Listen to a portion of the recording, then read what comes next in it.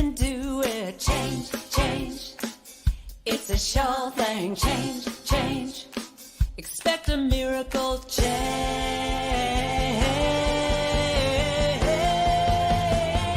Watch me change when you change the way you look at things. The things you look at change. When you change the way you look at things, the things you look at change. When you change the way you look at things, the things you look at change. When you change the way you look at things, the things you look at change. Now do do do do do do change. Do do do do do change. Do do do do do change. Do do do. The views and opinions of our guest and hosts do not necessarily reflect those of New Thought Media Network, or any organization we may be affiliated with. Here at New Thought Media Network, we welcome freedom of speech and courageous conversations. There are many topics that can be difficult to navigate. Challenging the status quo and engaging in lively debate is important to expanding our understanding of one another, and life in general. Creating a peaceful world doesn't happen because no one disagrees, it happens from a willingness to understanding one another. In our programming, we strive to expand consciousness and assist people in creating remarkable lives. Your comments are welcome at info@ntmedia.org.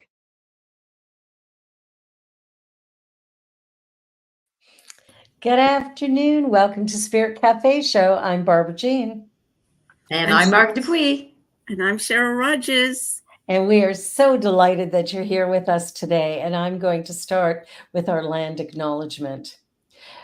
We're standing on the land now known as Toronto, and we stand with reverence, committed to the sharing of this land. We acknowledge the genocide committed here, and we choose to courageously move along a new path, creating reconciliation. This land was stolen from the Anishinaabe. European settlers also stole their culture, their language, their spirituality, and their children. And today, Toronto is covered under Treaty Number 13 and the Williams Treaties. It is the traditional territory of many First People, including the Mississaugas of the Credit, the Anishinaabe, the Chippewa, the Haudenosaunee, and the Wendat peoples.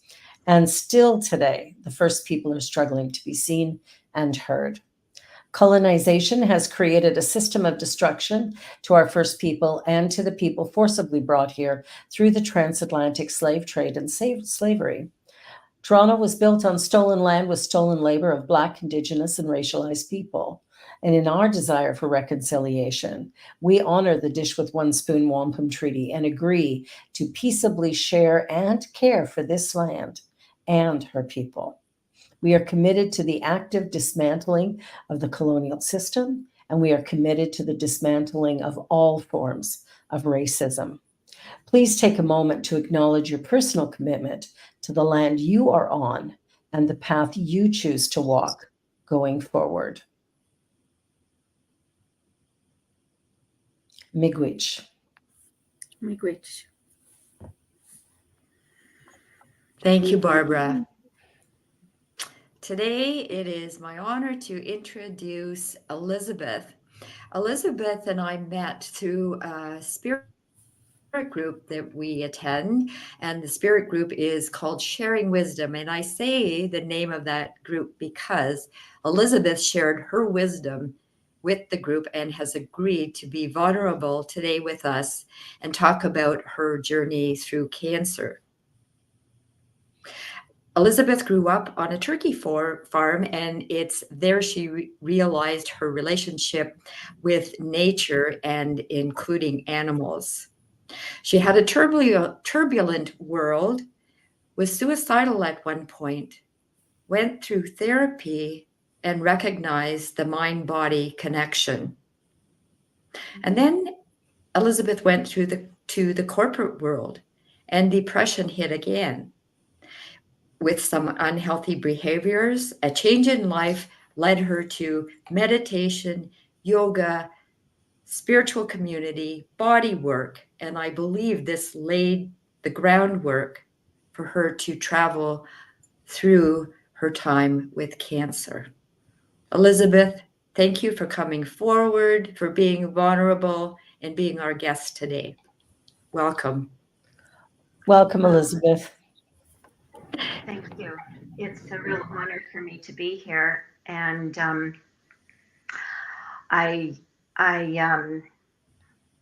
it's not something one talks about in my experience so much, and I think what I'll do is I'll just start with a little story because it was kind of interesting how I got diagnosed.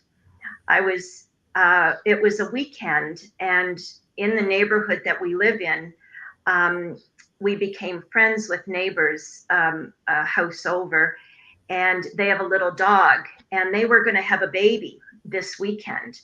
And so we offered to look after their little dog for the weekend, which we were familiar with because we had 2 little dogs at the time.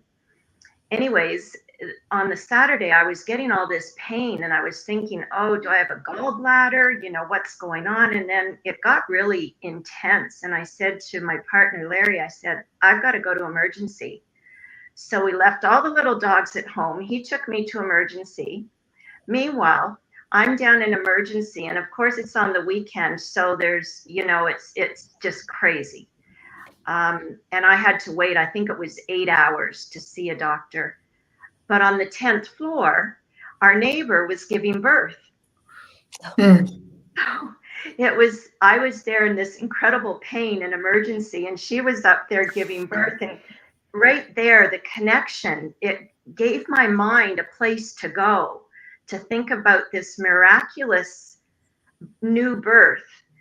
And, you know, and then when I did get the diagnosis, the doctor came and told me, you know, I was diagnosed with follicular lymphoma, but it morphed into an aggressive B-cell lymphoma very quickly, and it just filled my abdominal area. So anyways, that was the thing with the dogs. And this little puppy, she's not a puppy, but she's about 5 pounds. She's been on this journey the whole time with me, and including my dogs, but my dogs have now passed on. But this little 5 pound or 6 pound dog is still in the neighborhood. And anyways, that was the start of the journey. And I believe after I got the diagnosis, the next day, I said to Larry, I said, well, let's just take these pups and go to the beach. So, because I was just in shock. I didn't know it hits you, and it's like surreal. So we went to the beach, and I was just trying to process this information that I got.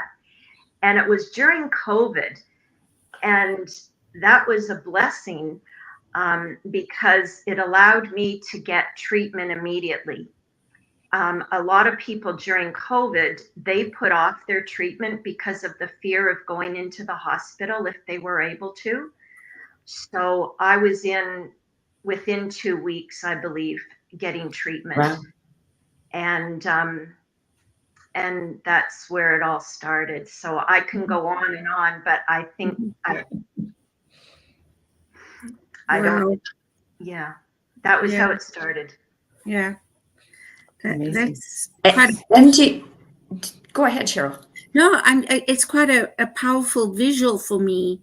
You being in emerge in pain, and your neighbor being in pain, giving birth, because it is painful, and you're being able to connect with that and have it help you put your attention elsewhere, is what I heard, which I think is really powerful. So thank you for sharing that. Mark, you were going to ask something. And I was introducing you, and I suggested that the work you did throughout your life, including spirituality, was laid the groundwork for this trip you had through the diagnosis, the treatment, and healing process through cancer. Was that? Do you think that's true? Yeah, this is my belief, you know, and this is personal to me, but I believe that everything in our life is leading us to the next adventure. And even though it may seem really small and insignificant at the time, later looking back, you can see what how important this step was. And for me, one, my connection with nature. Another was yoga. I've been a yoga teacher and practitioner for about 30 years or so, and energy work, meditation, and with family members. I started with my grandfather when he was dying in the hospital, and just being able to massage his feet and things like that.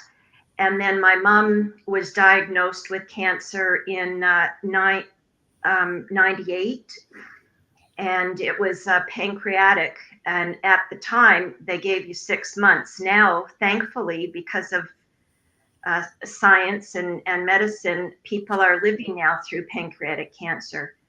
But anyways, my mom, and it was right to the day, it was 6 months. So it was fast, and there was a lot of healing there, but I was able to be with her again with energy work and just to sit by her. And that was incredibly transforming.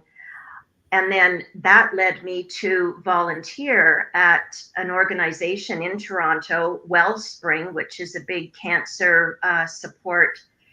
And I started volunteering, and then I taught yoga there and offered Reiki and energy work as well to cancer patients and caregivers. And then, this happened to me. I get the diagnosis, and now I'm on the other side of it. So what has been really helpful for me during, in the treatment, I had to stay in the hospital, and I looked at it like a retreat. I had my private bathroom in a private room, and I had a room with a window overlooking the ocean. So, I'm exaggerating a little bit because it was the Halifax Harbor, but it was still, this is where imagination really helps. Yeah. And I just looked at it like a retreat in the beginning. And I even said to my yoga students when I got the diagnosis that this is not a good thing or a bad thing. It's just part of my journey. And I really, for me, feel that there were lessons that I was here to learn from this journey. And my stay in the hospital, it was quite amazing with the healthcare. I think with the way I believe in things, and having that connection to nature and a larger consciousness, whatever that is, I call it sometimes universal intelligence. I had these amazing conversations with the nurses, and a few of the doctors would come and sit, and we would just have really amazing conversations, and that really helped me through that. There was one thing I wanted to share, though. I feel something I learned so many lessons, but I was kind of in a healthy denial, and that's the way I label it, a healthy denial, because I couldn't even wrap my mind around what I was going through. And one of the past spiritual advisors I requested to see, because I'm thinking, oh, great, we'll just have a conversation because we have a lot in common. So when he asked me how I was, I said, oh, I'm fine. Well, I would go for like 1 week treatment and then go home. Well, I got home and I said to myself, well, I'm not fine at all. I am not fine at all. And I just had a big boo-hoo, like it hit me, and this putting on the brave face. Mm-hmm. And after I realized I read a book from this spiritual advisor in the hospital, and he defined fine as flustered, insecure, neurotic, and emotional. I'm not sure about the neurotic, but I can sure relate to those others. So We have when I another went word back for for my flustered. second treatment, I asked to see him again. And I said to him, I said, I'm not fine at all. And he sat with me and we had a really good discussion. So it brought me to what I call radical truth, to be really honest with myself, with my feelings, as well as I figured I knew how to live in the present moment, be mindful and all of this, not struggle, surrender, accept. This experience took me to a whole other level of that, which was amazing because I could, later on in the journey, there was a lot of physical pain. And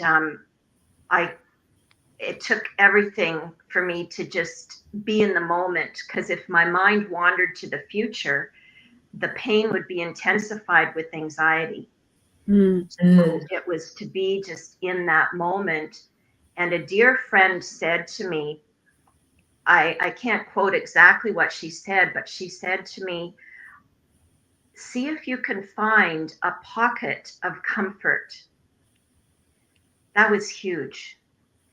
So, that would be something that was a real gift, because when the body is in such physical pain, it's hard to find that place of comfort, even if it lasted for a moment or two. But I love the image. Again, this is the imagination, to find a pocket of comfort. And I could tuck my whole self in that pocket and just hang out there for a little bit.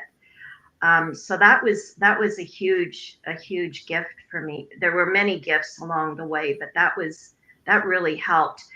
One of the yogic philosophies is, which is another thing that helped me through it, was knowing that I wasn't my body. I wasn't my diagnosis. I wasn't my emotions or my pain. A big one is knowing that I wasn't my diagnosis. And not to identify with that. That was huge. That really helped me. And a lot of times I had to correct the doctors, and I still do now, that I'm cancer free, because they like to call it remission. And I even said after my last PET scan, I said, is there cancer in my body now? And the hematologist, she said, no, there is not. And I said, so I'm cancer free, right? She goes, yes, you are cancer free. So that's really important for me, to hang on to being cancer free as opposed to remission. Words are really important for me, I find. So that's well, one of the things we teach, of course, is the power of our words. And doctors have a habit of telling you where you're going, how long it'll take, and what it's going to look like when you get there. And they don't know you. They're speaking about the people who've come before. So historically, here's what happens, but that's not you. So good for you to go, no, I'm cancer free. I love that. Our words have power, and how we use them really makes a huge difference, because attitude that's everything. And you were talking about being in the moment. And ultimately, that's the only way we can get through anything that's really challenging, is to just be present and to appreciate what's there. And you've done that really well. And you blessed the people who cared for you, because there's no way they're not changed by that type of attitude, even if it's a little shift. So it made a difference. Consciousness within the hospital, within the medical profession in Nova Scotia. So there's a shift that's occurred as a result of you blessing all of these people with your journey. Absolutely. Yeah. And what I love about what you've shared Elizabeth, is really, it's all about energy, and you recognize that from what I'm hearing in your telling of it. Recognizing that I can visualize, I can shift this picture, I can move this energy. I'm not my body, I'm not the diagnosis. Even the visualization of the comfort pocket, right? It's all energy, and it's using it in a positive way instead of going, and I'm sure there are many times, that because we go both ways. And I would imagine that anybody going through that kind of experience and pain is going to go to the dark side as well as the light side. And the fact that you were able to do that and to shift it with such, I want to say almost, it's like a clear grounding. It feels like in a clear grounding way that you journeyed, with it and through it. And so I just want to acknowledge that, because that's wonderful. Thank you. I'm as you're speaking, I'm remembering laying in my hospital bed, and when those dark thoughts came in, the fear and all of that, then I had these affirmations, because in my mind I could not afford to go to that fear place. Right. And I wanted my body to heal. So I had affirmations to affirm that innate intelligence within me is trying to healing my body, not trying, it's healing my body, doing this. I had these affirmations that I would repeat in my mind. And also, thankfully, I had a window with clouds, because I would look out the window and I would see cloud formations. Sometimes it would be eagles or angels. And this wasn't the drugs, because I would post it on Facebook and other people would see them too. Yeah. And I didn't have those kind of drugs anyways, but that gave me comfort of something bigger was going on, and for me, that was really important, because I would sometimes get up and I had all the tubes and everything. I'd walk over to the window, look down. I was on the 10th floor, and I would look down and see all these little people like ants, and life was going on, and I wasn't a part of it. And that was really a weird feeling. But I connected with this birch tree and the clouds, and I just, I said, okay, I'm not a part of it now, but I will be again. And then months later, well, the next, I think, year or 2 years after that, I had to go back. I went back for radiation, and I was walking on this same road with the birch tree, and I thought, I'm slowly getting back into being part of life again, walking with those little people that I was looking from the 10th floor. Yeah. What an amazing observation and awareness. The one thing I also want to say and talk about, because I think, this is so important, is realizing you were saying that you thought you lived in the moment, you thought you did certain things, you thought you were a certain way. And I think that is so true for most of us. And it's only when we go through something like that, or whatever it is, it doesn't have to be cancer, but some sort of experience that is so life-changing, that we suddenly realize what it really means to live in the present, or to be who we say we are. There's room for improvement. Yes, I like the way you say that. Room for improvement.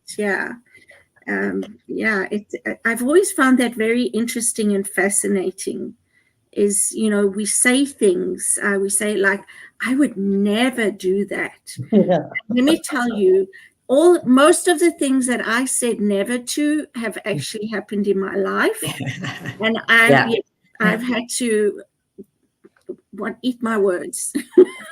Eat my words. I Right? learned a long time ago, never say never. 'Cause Exactly.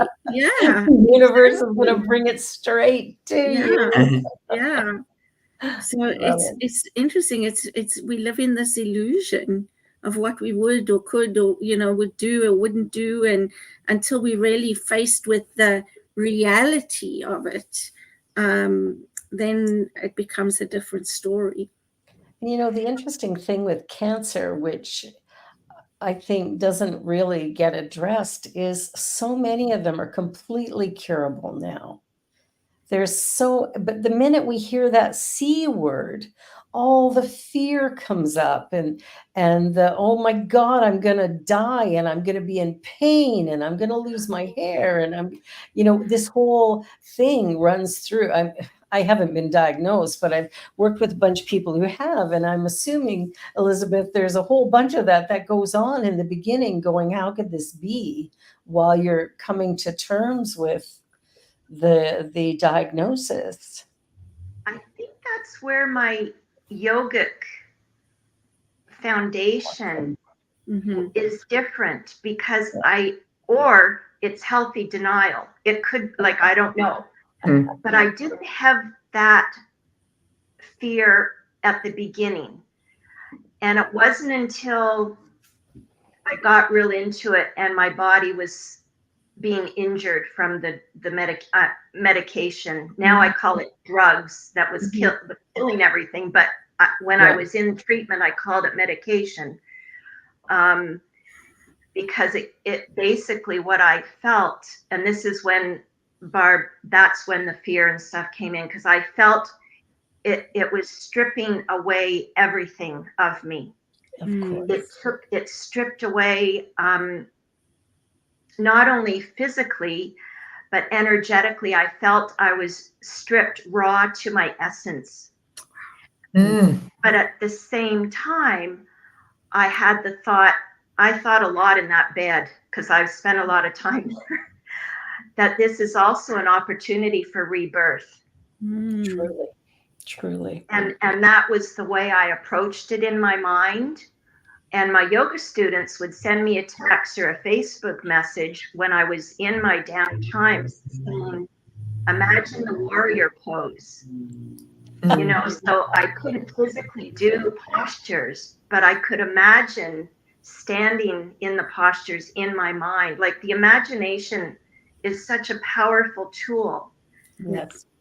And I will never underestimate it again, because it really made a huge shift. But that's, Barb, when the fear did come in for me, when I saw myself in the mirror.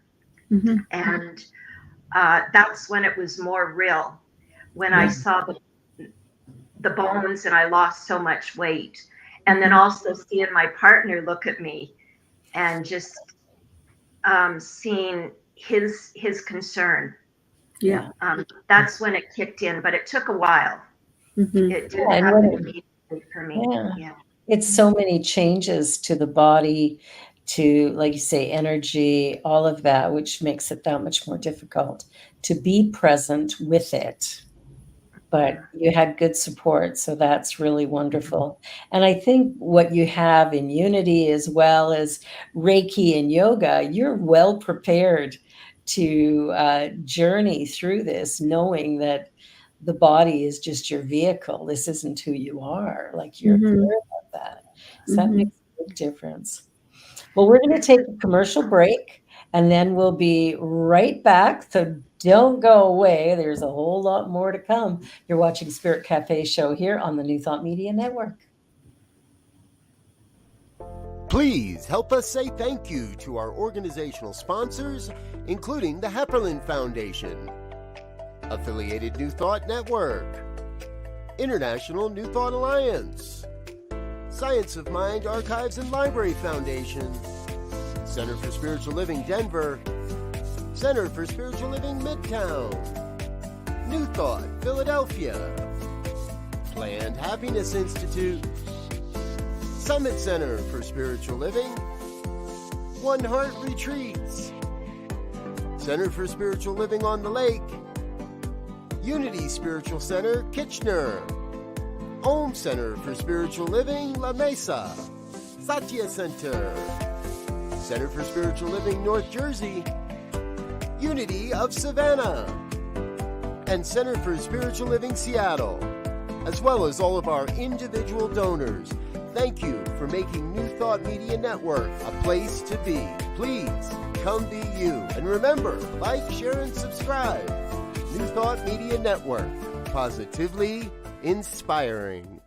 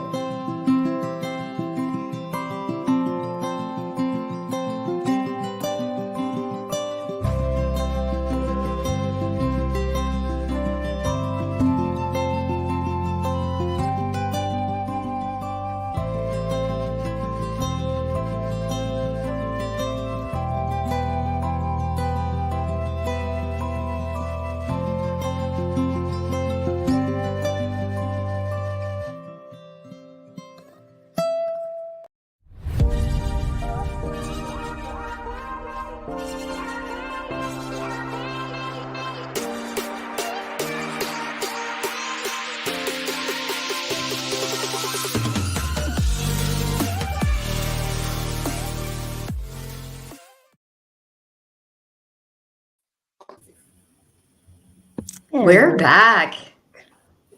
Elizabeth, you shared with me that your body was septic at one time, and it was a near-death experience for you. And can you talk about that? Because it was pretty incredible to my ears. Yeah, that was a huge a huge little passageway that I was fortunate enough to go through and still be here. After one of the procedures I had to have, about 45 minutes after surgery, I'm laying in bed and I'm starting to shake. And I just figured it was an energy release after a surgery. And my partner Larry was there standing beside me. But then the shaking got out of control. And so he got the nurses, and they said my body was having a septic shower, going into septic shock. And it's where the infection just takes over. And I could see the fear in the nurses, the doctors. I could see incredible fear, but I looked at the end of the bed to my partner, and he wasn't afraid at all. He had faith that they were going to fix me. So I kept focusing on him, because I knew about septic. I had an aunt who died of it in New York, fairly recent, and I knew how dangerous it could be. But Larry didn't. He just knew that they were going to fix me. So it was his strength that I focused on, that pillar there, because I couldn't, it was too scary to look at the nurses and doctors, because they were doing everything to keep me alive. My blood pressure plummeted. I did black out for quite a while, and my heart rate skyrocketed. It was quite profound. And then I did get through that with the antibiotics. But then later that night, my body decided to have a whole other session of going septic. And I remember the mantra. The second time in the nighttime at 11 p.m., Larry wasn't there. He had gone back to the hotel. And I remember my mantra to the doctor, just a young doctor, and the nurses. I said, "Keep me alive."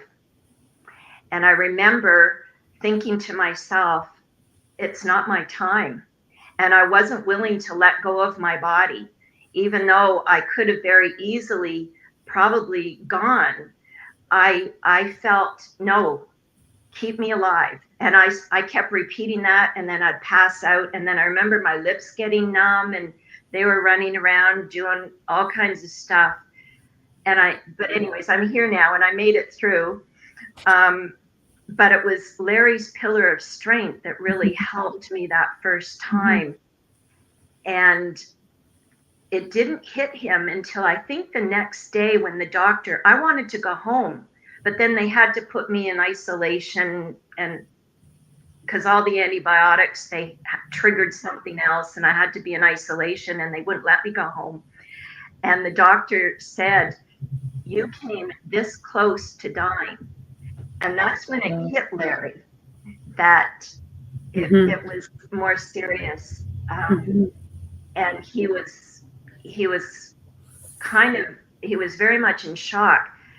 But it's interesting how the body protects you with a kind of a detachment going through something like this. Like, and in yoga, we would call that a witness consciousness, you know, where you're observing, but you're not really, but this is, you know, this isn't what it is, but it is a detachment from what's going on because you're just trying to survive. Wow. Very interesting. Yeah. And going back to, again, you're looking for the positive light, the you know, the light. You're always looking towards the light, not going towards that darkness, even though it was there, the fear in the doctors, the fear in the nurses. You looked away from that. You went to, where, did you say Larry? Yeah.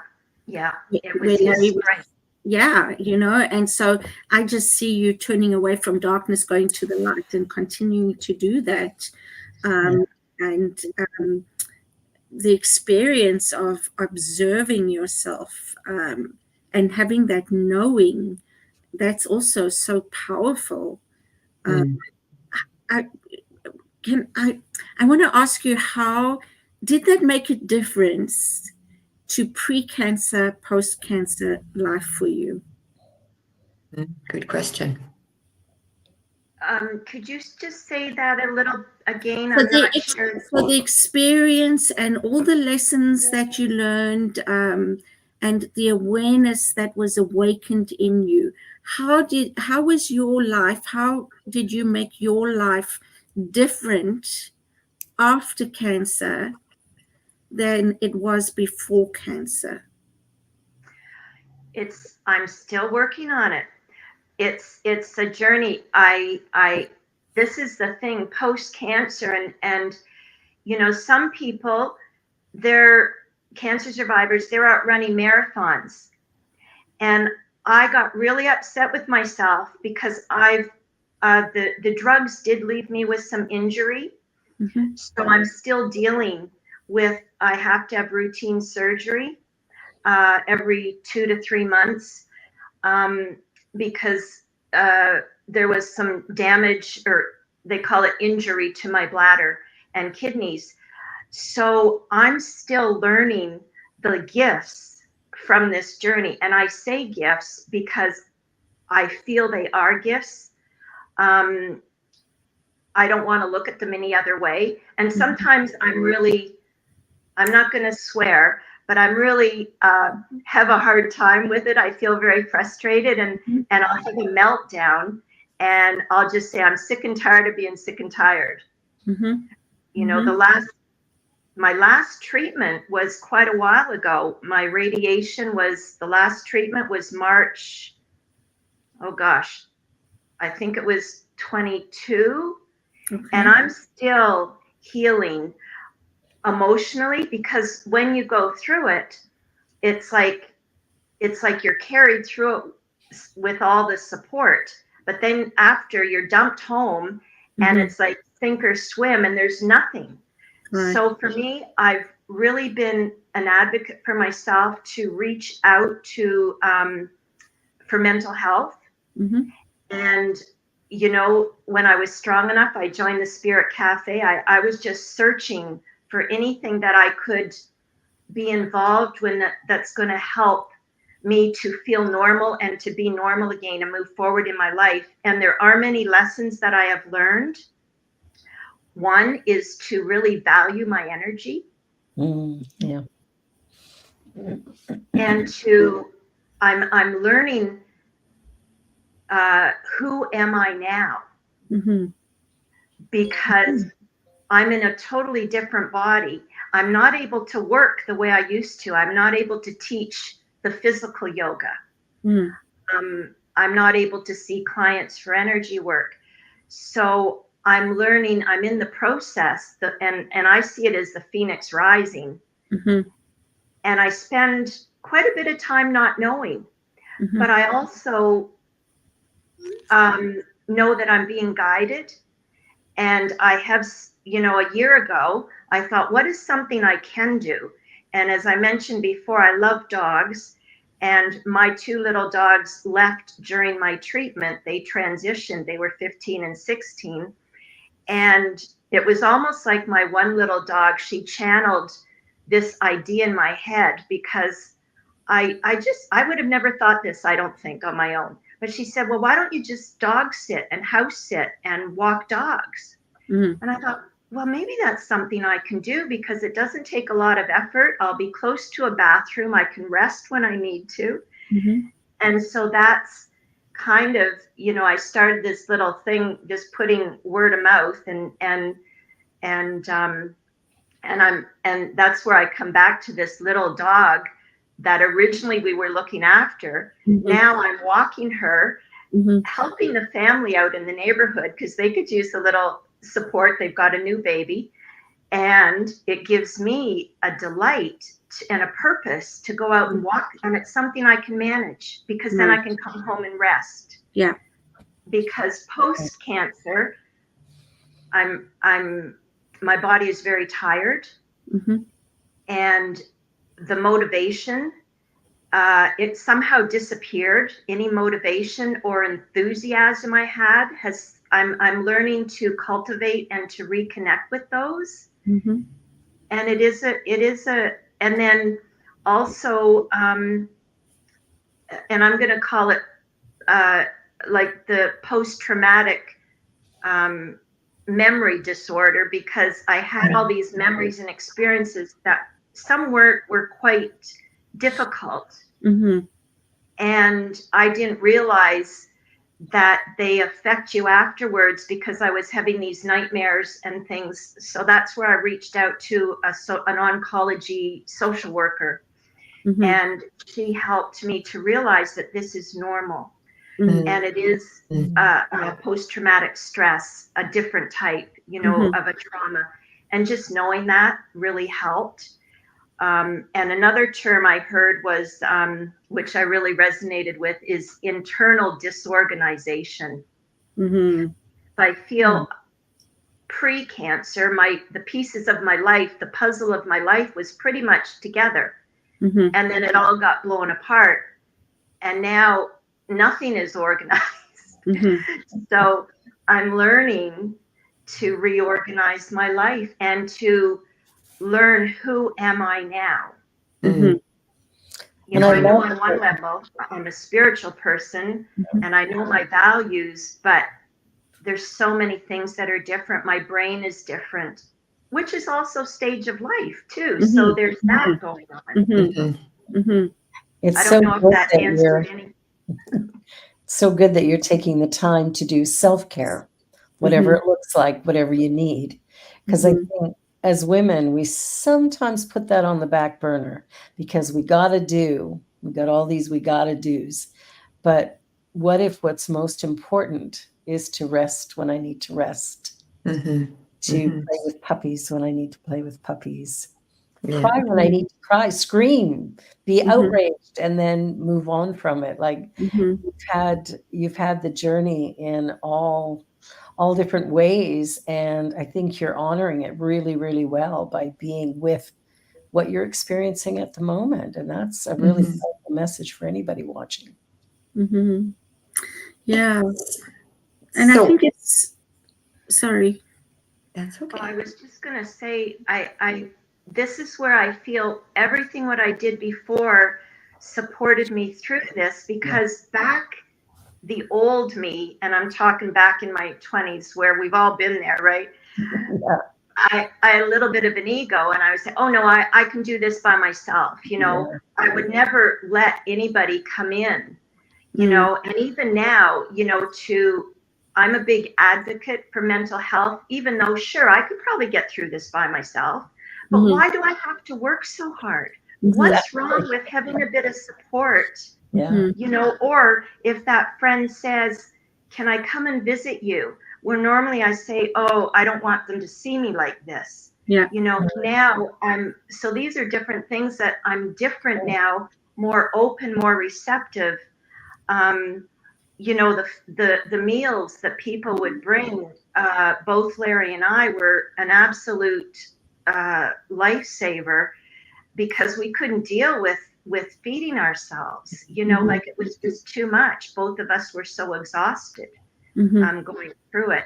So, you know, really giving oneself permission to receive Mhm. is so huge. Mhm. And what a gift you've given to the people who want to give to you. Yeah.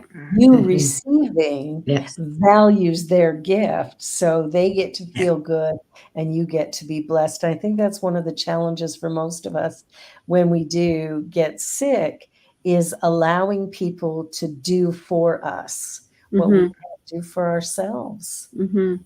Yeah. Yeah. It's interesting, And Barbara, that you say that, because we spoke about that today at the Sharing Wisdom Spirit Group. And I'm so glad you joined us, Elizabeth, a few years ago, when you felt healthy enough to, that it's a gift in the receiving too, because people on the outside don't know how to help. And so when you Exactly. receive the gift that people are giving, or even if reaching out to say, I need this, you're helping someone else that wants to support you. Because there's like, what do I do? What do I do? I have a question, Elizabeth. A few minutes ago, you said, I don't want to swear. So that leads me to think that at some points you were ticked off. Is this true? Were you angry at any time? Or was it all just Absolutely. flowers and Oh absolutely no, good? it wasn't just unicorns and rainbows, let me tell you. There was, and I'm not pointing fingers, but this is something that I think for a takeaway, it is so important to be your own advocate, because I went through some things that were quite, in my opinion, barbaric on the surgery table, with some surgeons and interns that were not very mindful. They were just, I felt like a piece of meat. And it was a really, that was one time, and were some others where I was really treated, I feel, not the right way, and I spoke up. Mhm. I went to management, to the appropriate people, and I gave them my feedback, and they were very grateful for that feedback. So I think that's really important. And I don't have anything really against male doctors or female anything, but I knew for me, with what I was dealing with, I wanted a female doctor. I wanted a female, with what I went through on the surgery with this home of men. And I've had incredible male doctors too, but this was just this one time, and I needed to have my voice heard, because I didn't want anyone else to go through this as well. And things were changed, and I Mhm. got urologist, you know, and one of the best ones, because I spoke up. And probably in my, you know, years ago, I wouldn't have done that. I would have just kind of sucked it up and went through. And then there was another time, a lot of frustration comes, and even post cancer, because I feel my body and life feels broken post cancer, and I was getting really frustrated and wanting to use that word again, that everybody else is doing better than me. And what's the matter with me? They're out running marathons after cancer. They're going back to work. It's like, you know, and I'm here, and I refuse to be a victim, you know, like I'm not going to be this victim, but yet I have issues. I have injuries. And I had to learn not to compare myself with others Mhm. on the healing journey. And even though I knew that here, Mhm. it took it a while for me to really integrate that, because sometimes it's really hard. It's really challenging. And just like what I said before, so many times I say I'm sick and tired of being sick and tired. Mhm. But I also know that if I want to get better, it's up to me. Yeah. You know, I'm a spiritual person. I'm not really a religious person per se, but I do love some of the sayings, and one that really helps me is, you know, God helps those who help themselves. So even just 2 weeks ago, I had to kind of kick myself in the butt because I was just spiraling down into a depression because things weren't happening as fast as I wanted them to. And then I softened with myself, and it's a real balance, you know, because you need a bit of effort to heal, you know, to go out for the walk and this and that. But then if you have too much effort, you're overdoing it, and then there's consequences. Yeah. So one morning doing my yoga practice, which I've returned to and it's very different in this broken body that is taking time to heal. But what I got in the practice was to balance the effort and the ease, you know, so everything to bring that in harmony, you know, and even sometimes I can be, you know, too spiritual, and sometimes I just have to, you know, watch some really junk TV. And I did that as part of my recovery. I requested Larry if he would put the TV in our bedroom, and every night I watched some like just no-brainer comedy, dysfunctional TV, but it felt so good. But it was a few weeks ago I said, this is enough, you know, and now I can read. Like, I had neuropathy, so I wasn't really able to hold a book, and my mind wasn't able to read a book. So I think if one can give themselves permission to lighten up. Yeah.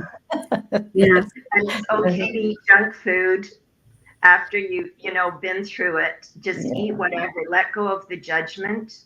Eat Be junk gentle food. with Watch yourself. junk food. Be TV. gentle. Yeah, gentle. I think of you know, we're going through a healing process. I think of the climate we live in. We have a season of growth. We have a season where everything flourishes, but we also have a season of rest. And I think that's one of the things we always forget in this physical experience of ours, that we in fact must rest at times. And maybe we get sick so that we'll do it. So we have to do it. I don't know, but it's like, I think this is just your winter, your time to love yourself so much that you can rest when you need to and walk the puppies for fun. I love that. I have to say, Elizabeth, I also see you moving into spring, because I just loved when you said it was like a rebirth, right? Like rebirthing. And from what I'm hearing you talk about, all these new learnings, all these new insights, it's all this newness of learning about this new, first of all, the new person, because I can relate to that in some ways.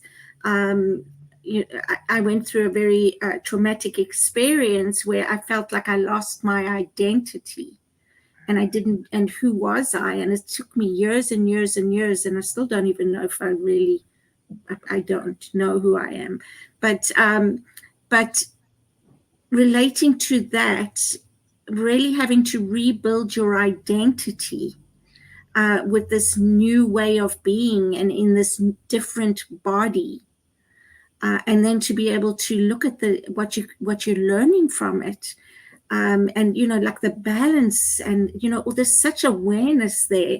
It's really I feel admirable to hear you speak. It's inspiring. I hope that others who are experiencing, you know, the challenge of this difficult time in their lives, who might be dealing with cancer, can hear you speak, so that they can also learn for themselves maybe a different way of thinking about it, maybe recognizing that there is they will move through it and it will be different. It's not going to be the same, and to not expect it to be the same. Yeah, Right, that's the whole thing as well. Never expect that I'm going to go back to normal. Well, what is that, right? We had a lovely friend of Marg's as well on this show who spoke about, what was that title, Marg? Normal sucks. Normal sucks. Yeah, normal sucks, right? What is normal? And we are unique expressions of divinity. And so being able to learn from each other and to learn for ourselves and from ourselves, I think is a gift. And so thank you for that. Absolutely. Final thoughts. We're down to our last 4 minutes here. Final thoughts. Elizabeth, what would you like people to take away? What's the most important point, do you think, people could take from this conversation? Well, I know what really helped me a lot was my yogic philosophy of knowing that I'm not my body, my mind, or my diagnosis. I'm something bigger than that. Pockets of comfort during times of discomfort. I'm not my diagnosis. Use your imagination. Yeah. It's okay to ask for support, even though you could probably do it on your own. And give yourself permission to just not know. Yeah. Be in the unknown and trust that you will know what the next step is if you just rest and listen to your body. Beautiful. Thank you. Marg, what about you? What would you like people to take away from today's show? Listen to Elizabeth. Well, for me personally, I'm taking away the reminder to be in the moment, to look for a pocket of comfort in my discomfort. So thank you, Elizabeth, for that reminder. Oh, that's beautiful. Cheryl? Yeah. I think for me, it's going back to never say never, and realizing that however and whatever way you think you would react in another situation that you're looking at is probably not true. That's good. That's good. And for me, it's, the mind is the builder of the body, and how we think, the words we use, what we focus on. And I think the thing that I loved the most about everything you said was when you went septic, you focused on your partner who was in this bliss place of, they got this, they got you, you're going to be okay. And by focusing on him, you got the result he knew was coming. Yeah. So that, I think, people, you got something going on, focus on the good, the light, the beautiful, and ignore everything else so that you can move your energy forward in a really powerful, powerful way. Elizabeth, thank you for your honesty, for your clarity, and for a journey that, frankly, filled with difficulties, but multiple blessings. Thank you for being here. And thank you to my beautiful sisters, Marg and Cheryl. And thank you, Barbara Jean. And Deja behind the scenes, our beautiful producer. Thank you, Deja. And thank you to New Thought Media Network. Please donate to New Thought Media Network, like, share, and know that you can go back and watch this again. Again and again. Again and again, to have it sink in, the wisdom that Elizabeth has shared with us here today. Have a great week, everybody. We'll see you again next time. Bye. See you next week. Bye. On behalf of everyone at New Thought Media Network, thank you for being a member of our virtual family. Your financial contributions help share the New Thought message with people from around the world. Please visit and contribute at www.ntmedia.org/donate. New Thought Media Network. Come be you. And please like, share, and subscribe. Until next time, peace and blessings.